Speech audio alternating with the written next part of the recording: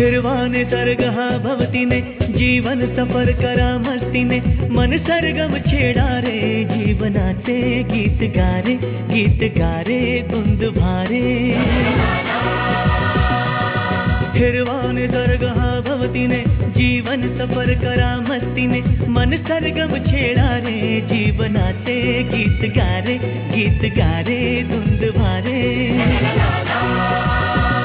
हो नवे पंख पसरा उंच उंच लहरा नवे पंख पसरा उंच उंच लहरा भिर भिर जा रे गीत गारे धुंद भारे ओ हिरवाने सर्ग हा भवतीने जीवन सफर करा मस्तीने मन सरगम छेडा रे जीवनाचे गीत गारे धुंद भारे। आज चिचोंडी खुर्द या शाळेतील शिक्षक श्री सोमनाथ खळे सर यांनी स्वखर्चाने आणि मोठ्या मेहनतीने जी रोपवाटिके तयार केली त्याचं आज उद्घाटन झालेलं आहे।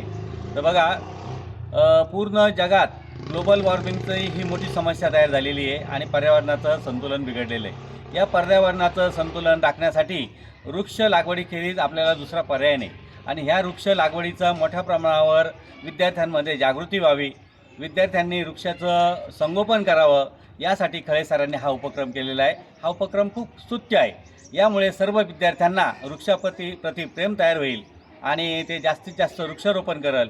आज त्यांनी जे बरेचसे वेगवेगळ्या जातीच्या वृक्षांचं जोपासना करून त्याचे रोपं तयार केलेले आहे। या रोपं ते आणि शाळेचे मुख्याध्यापक श्री जाधव सर आणि सर्व शिक्षकवृंद सर्व पालकांना विद्यार्थ्यांना त्याचं वाटप करणार आहे आणि हे वृक्ष जगवल्यानंतर चिचोंडी खुर्दाच्या पर्यावरणात नक्कीच मोलाचा हातभार लागणार आहे। मी खळे सर, मुख्याध्यापक जाधव सर आणि सर्व शिक्षकवृंद यांना या उपक्रम राबवल्याबद्दल खूप खूप धन्यवाद देतो।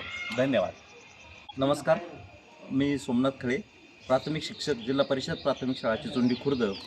विद्यार्थ्यांमध्ये निसर्गाबद्दल जागृती निर्माण व्हावी, निसर्गाचं संवर्धन विद्यार्थ्यांनी करावं याची त्यांच्यात एक प्रेरणा निर्माण व्हावी या हेतूने आम्ही आमच्या शाळेत एक छोटीशी रोपवाटिका तयार केली। सर्वप्रथम आम्ही सीड बँक तयार केली आणि त्या सीड बँकेत जे बीज आले विद्यार्थ्यांकडून जमा झाले तेच आम्ही इथं प्लास्टिकच्या पिशवीत त्याचे रोपं तयार केले आणि आज ते विद्यार्थ्यांना वाटत आहोत। आनंद होत आहे की आपल्या हातून एक खारीचा वाटा आपण निसर्गाप्रती उचलत आहोत आणि याचे प्रेरणा घेऊन विद्यार्थ्यांनी आपल्या निसर्ग संवर्धन कार्यात नेहमी अग्रेसर राहावे हीच सदिच्छा। धन्यवाद। झाडे लावा, झाडे लावा, झाडे लावा, झाडे लावा।